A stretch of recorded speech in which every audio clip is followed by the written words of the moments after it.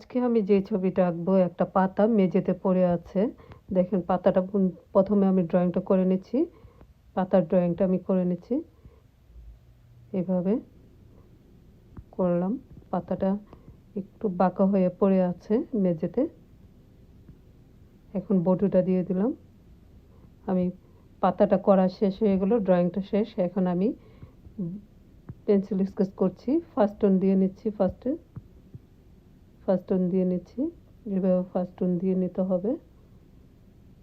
Pencil দিয়ে টেনে টেনে দিচ্ছি আমি, এভাবে টেনে টেনে দিতে হবে, করতে হবে।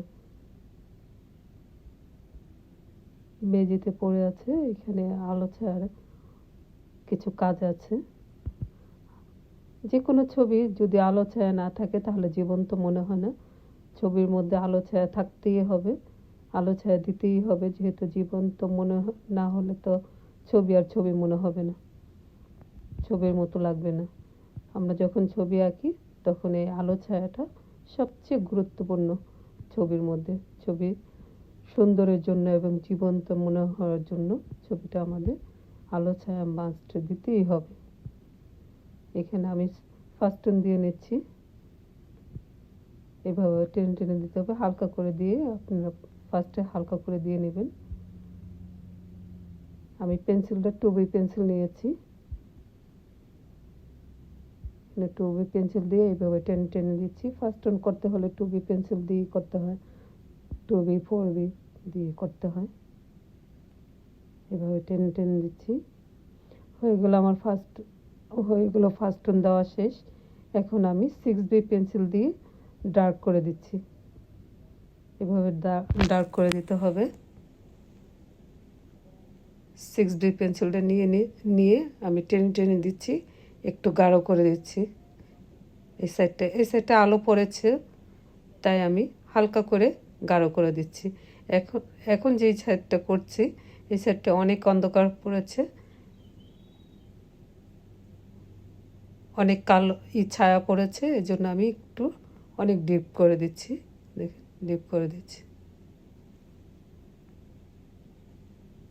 যেহেতু পাতাটা উল্টে আছে, উল্টো সাইডটা, ভিতরের সাইডটা একটু বেশি অন্ধকার, এর জন্য আমি ডার্ক করে দিচ্ছি।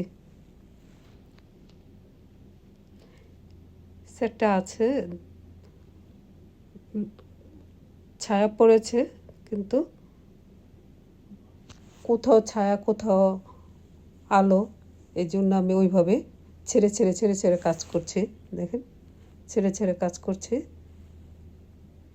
এখানে আলো ছায়াটা একদম এক জায়গার মধ্যে না, এখানে একটু ছায়া আছে, এই জন্য আমি পেন্সিল দিয়ে টেনে দিয়ে একটু গাঢ় করে দিলাম। যেহেতু পাতাটা মেঝেতে পড়ে আছে, মেঝেতে ছায়া পড়েছে, পাতার ছায়াটা পড়েছে, আমি ওইটা দিয়ে দিচ্ছি এভাবে টেনে, এভাবে টেনে টেনে দিয়ে দিলাম। ছায়াটা পড়েছে, দেখেন ছায়াটা আমি করে দিলাম পেন্সিল দিয়ে। এখানে আমি একটু পেন্সিল দিয়ে বর্ডারের মতো করে দিলাম।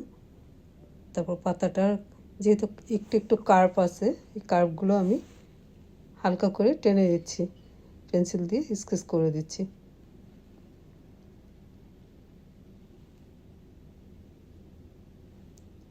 এভাবে টেনে টেনে করে দিলাম, ছায়াটা করে দিলাম, ছায়াটা দিয়ে দিলাম পেন্সিল দিয়ে। হয়ে গেল ছবি আঁকা।